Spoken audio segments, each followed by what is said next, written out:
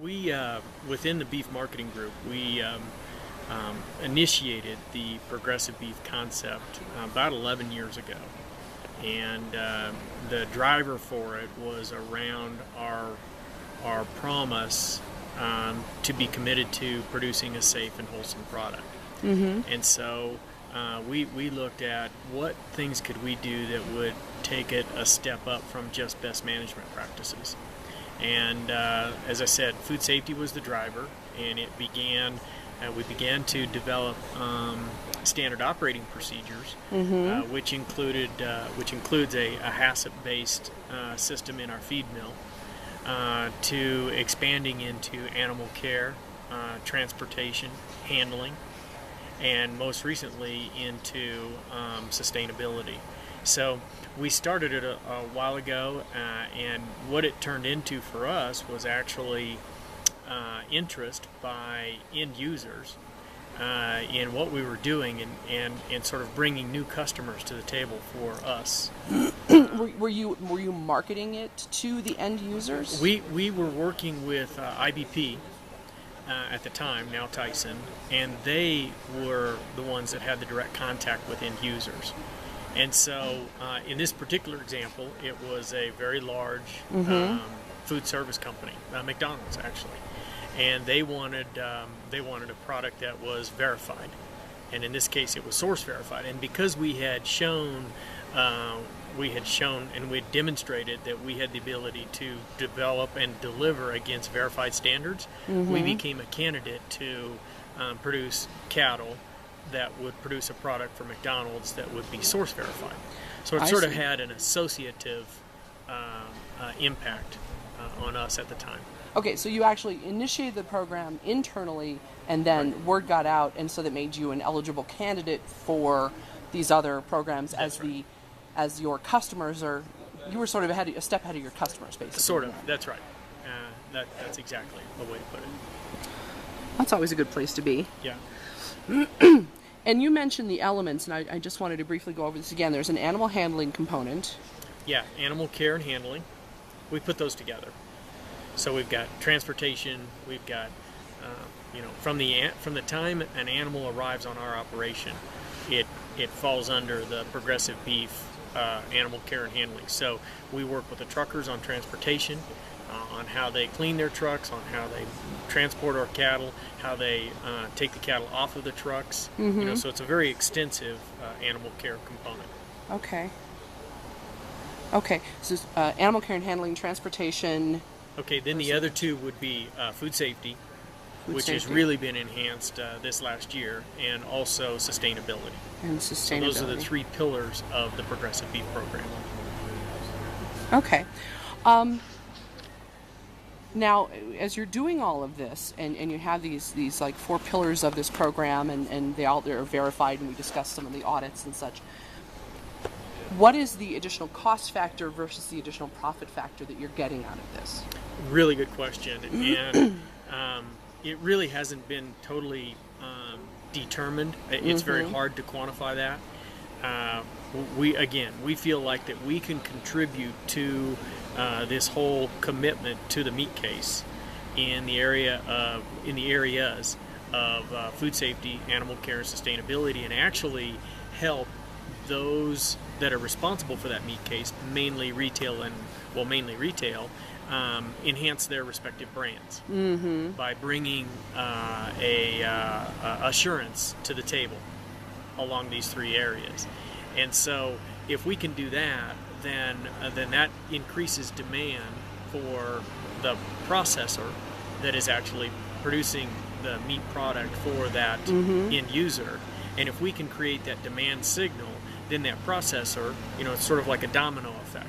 That processor then will look to us and anybody else that's involved in the progressive beef program as preferred suppliers.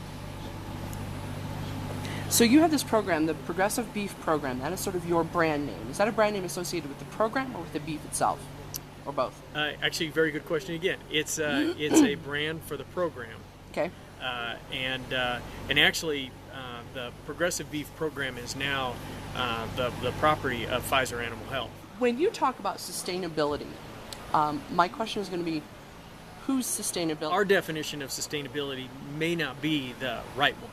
You know what? We are all, our industry continues to struggle with exactly what that means, and really it points out the need for a standard. But what we have taken on is the approach to show our commitment and verify our commitment to supporting communities in which we operate.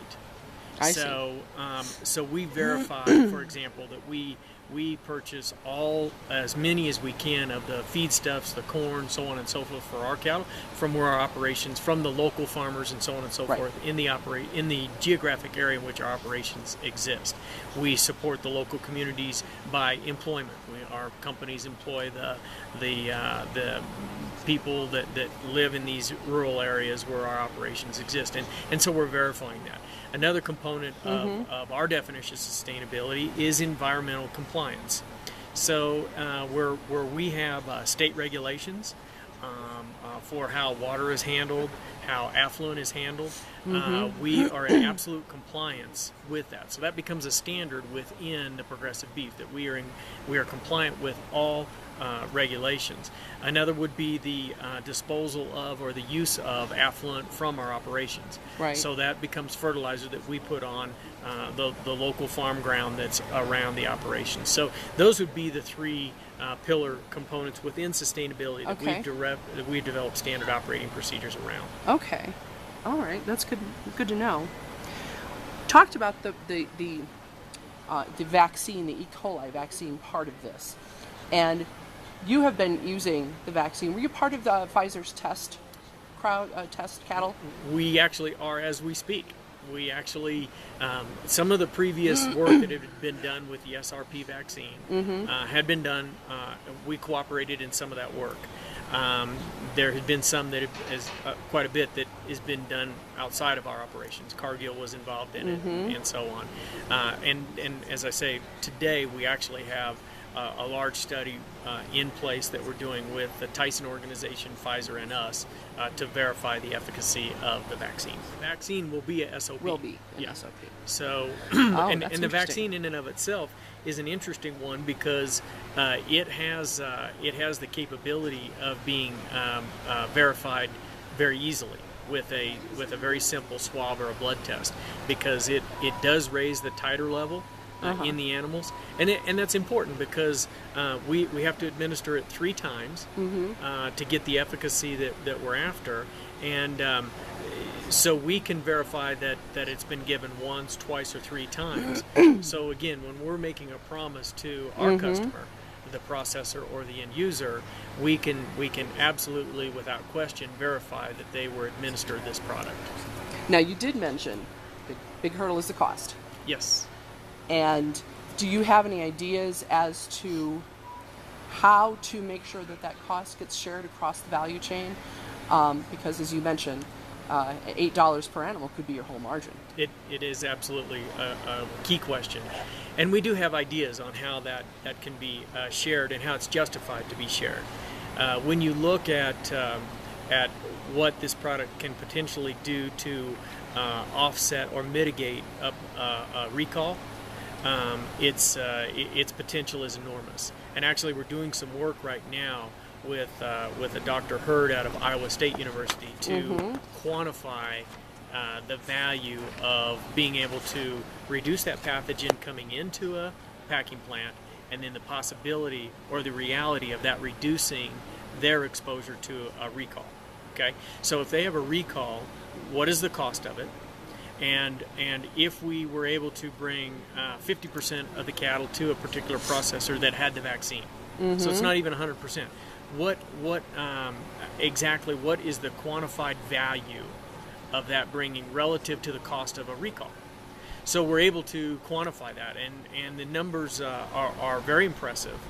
And it's all about our commitment as an entire supply chain to address this very critical issue. And the processing community has done a great job with the interventions that they've put in their plants along the lines of washes and such to mitigate the pathogen. But there are numerous occasions where the animal that's bringing the product in is carrying too high of a load level for those interventions to take care of. and 0 is the only tolerance that's accepted here. So the idea is if we reduce that and then allow those interventions to work 100% of the time, we in fact have created value. And so that's our positioning, to have that processor community and the end user offset the cost of this product. We're willing to put it in the animals. That's another cost, because we have to do it 3 times. We're willing to do that. We're willing to do our fair share, but the cost of the product has to be shared up the line for us to justify it, because the product itself, it's a vaccine, and by the way, it's a totally natural product, but it's a vaccine, and it doesn't do anything to the animal in terms of make them more efficient. So there's no benefit to us on the live side or on the pre-harvest side. Have you gotten pushback from processors on that? Yeah. We certainly have, and it's a tight margin business, and everybody, the system is very reluctant to consider added cost, and it's a difficult proposition because it's assurance that you're bringing to the table. So, do you expect that the that the numbers crunching that Dr. Hurd is doing is going to be a good selling point for you when you're going to the processors? Absolutely. Okay. Yeah, we're counting on that to help us quantify, the value of this intervention as it relates to the potential of a recall. Got it. And which nobody thinks they're going to have. And nobody thinks they're going to have, and nobody wants, obviously, but it happens. It happens every day. We know that in our industry, these animals carry this pathogen. It's a natural occurring issue, and there are benefits to us. There certainly are benefits on the live side. For example, if we vaccinated all of our cattle, would we be able to show a reduction of the pathogen in our operation in the dirt? And so interesting. Those are angles that we're looking at, because that would have value to us as well. So we would be one more step in environmental compliance and so on to do our share to reduce this pathogen from an environmental standpoint. There were some questions raised in the session that we had just attended regarding this type of program, this type of marketing program, and the assurance, the steps, the verification that you're taking. And what does this mean to the industry's commitment to share food safety information across the board? That the existence of such a program and the promotion of such a program would block or make less imperative the idea of sharing food safety information and food safety techniques across the industry. And I wondered how you felt about that. If you think that having one brand with more of those assurances behind it is a benefit to food safety, or if you feel that yes, there might be some distraction, among processors and such in terms of sharing some of this information. It's a very interesting question, and our hope is that progressive beef could be adopted industry-wide and become a standard for the whole industry, so all processors could benefit equally, and all brands could have an opportunity to create additional value. But we got to get started, and it is a chicken or the egg thing. So I think, to answer your question, there will be some that will do everything they can to create differentiation because of the added value that the progressive beef brings to the table. Our hope is that it does not impede transparency across. So we're very careful about trying to suggest that we could go down a path of safe beef versus non-safe beef. Right. The things that we believe bring more value is the promise of an assurance, the animal care and handling piece, as well as a sustainability piece. Because you're more than willing to share the information from the progressive beef program for a price in your case. Yes, right. Truly, it's a system. I mean, anybody could go out and say, well, we will create our own system of verification, because is there a lot of proprietary technology or proprietary techniques involved in this, or is it just, we've created this program, we think it's going to be easier for you if you just pay us a fee to implement this, and we'll do it for you. It's sort of a third party. It's a very good question. There is some intellectual property, but it's not rocket science. We basically are verifying best management practices. Best management practices defined by industry experts. So learned individuals in the area of animal care and handling, learned individuals in the area of food safety. And so as they are developing these standards, see, our industry is hungry for standards. We tend to sort of create our own. It's not unlike the definition of natural. There's a lot of definitions for it, and which one is really the one that means the most to a consumer, or has the most potential for creating added value. So we believe that let's establish an industry standard. Many producers, most of them, are already doing many components of what we're talking about. What we're talking about here is having a consistent standard and a verified standard. That's probably the biggest difference.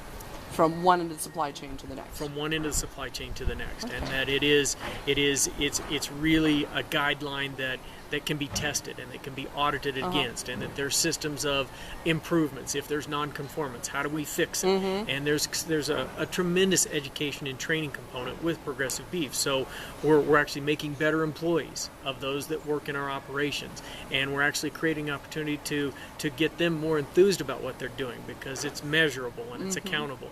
And those are things that are just not there today. So really, it's not about rocket science type intervention here. It's about really good best management practices, verifying those practices, and improving our commitment to the consumer.